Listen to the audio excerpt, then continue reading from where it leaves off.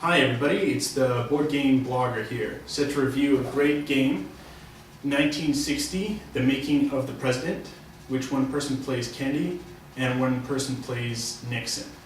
It's a great board game by Z-Man Games. The game comes with a complete color rulebook, which is really nice, explains the different phases of the game. There's also a sample turn at the back, which that's always key, I think. Sometimes the board games will come with the rulebook, no sample turn. Sample turn, absolutely key. The only thing missing from the rulebook package is the player aid. There's a nice player aid here on the back, but there's only one. It's a two-player game.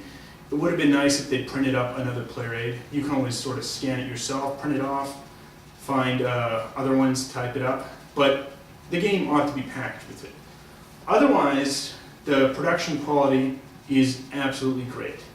And why don't we zoom in closer so I can talk more about this great game published by Z-Man Games and developed by two people, Jason Matthews and Christian Leonard, one of whom I believe sort of worked on behalf of the Democrats, and I thought that might have unbalanced the game. It might have been biased towards Kennedy, but it wasn't. It's a very evenly played game. And some people have even claimed it's biased towards Nixon. I don't think that's true. I think it's really well balanced, in my opinion. But why don't we look closer at how the game itself is. Okay, so here's the board laid out, and the board is magnificent. I mean, it looks great. See this coffee stain here and pencil? Sometimes I've been playing with people and they think it's real. It looks that good. It's just very good quality board. It folds up into 6 different parts, so you not really have to worry about creasing. It's not like one big foldable board, it's well cut. And very good production values on the board all the way around. Now the way that happens is one person here has this Kennedy piece and you move around from state to state. Each player starts with 6 of these campaign cards, which you can then play in a couple of different ways. On your turn, you've got this 2 CP value, which you can play for campaign points. Campaign points you can use to try and switch around the issues, which is very important.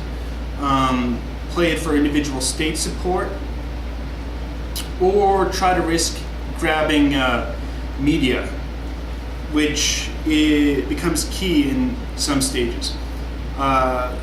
You have to try and lead the states, and then on election day, if you're leading in the states, you get the electoral votes.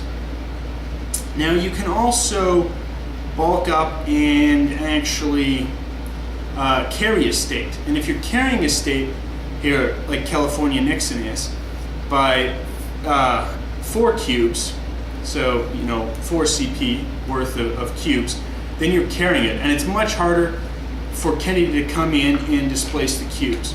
If he does that, if he has media advertising, fine, he can just go in and displace the cubes 1 for 1. If not, because the state's being carried and the voters are sort of already set in their ways, then you have to randomly draw from the rest how to, if you can displace them. You gain rest on the card. If you play it for the CP value, you get the CP, the campaign points, and then rest. So the more times you spend, play a card, not for the event, which is one of 2 ways you can do it, either the event or the CP. And so the more times you play it for the CP, the more rest you get, and the higher chance you have of knocking somebody else out. You also draw from the rest bag when you're trying to purchase advertising, see if it's effective or not.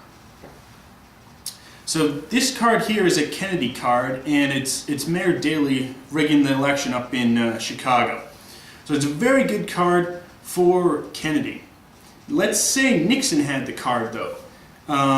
Kennedy and Nixon obviously is not going to play it for the event. He's going to play it for the CP value. If he decides to do that, Kennedy, by spending one of his momentum markers, can trigger the event. By doing so, the event happens, which this is an election day event, will store, and Mayor Daley rigs the election in Chicago. However, Nixon could have blocked that by, when he placed the card, spending 2 momentum markers of his own.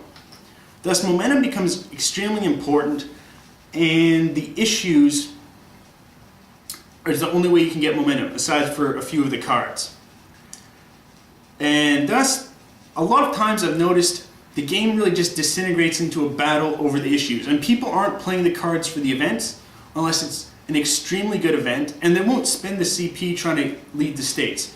Because these issues, not only do they give you momentum, they can also give you an endorsement. What's an endorsement, you ask? Let's say at the end of the round, and there's 8 rounds plus the debate in the election. At the end of the round, you can win this, and it's an endorsement in the South. Okay, let's say Kennedy got the endorsement in the South. So it gets the endorsement here in the South. Now there's a couple of states that don't have cubes in the South here. Tennessee, it's already voting for Kennedy. What about South Carolina? Well, without an endorsement, South Carolina would naturally go Democrat, but Florida would naturally go Republican. By gaining the endorsement, all of the states that do not currently have support cubes go and vote for whoever has that endorsement. Thus, endorsements are key, as along with momentum, which makes the game disintegrate a lot of times into this battle over the issues.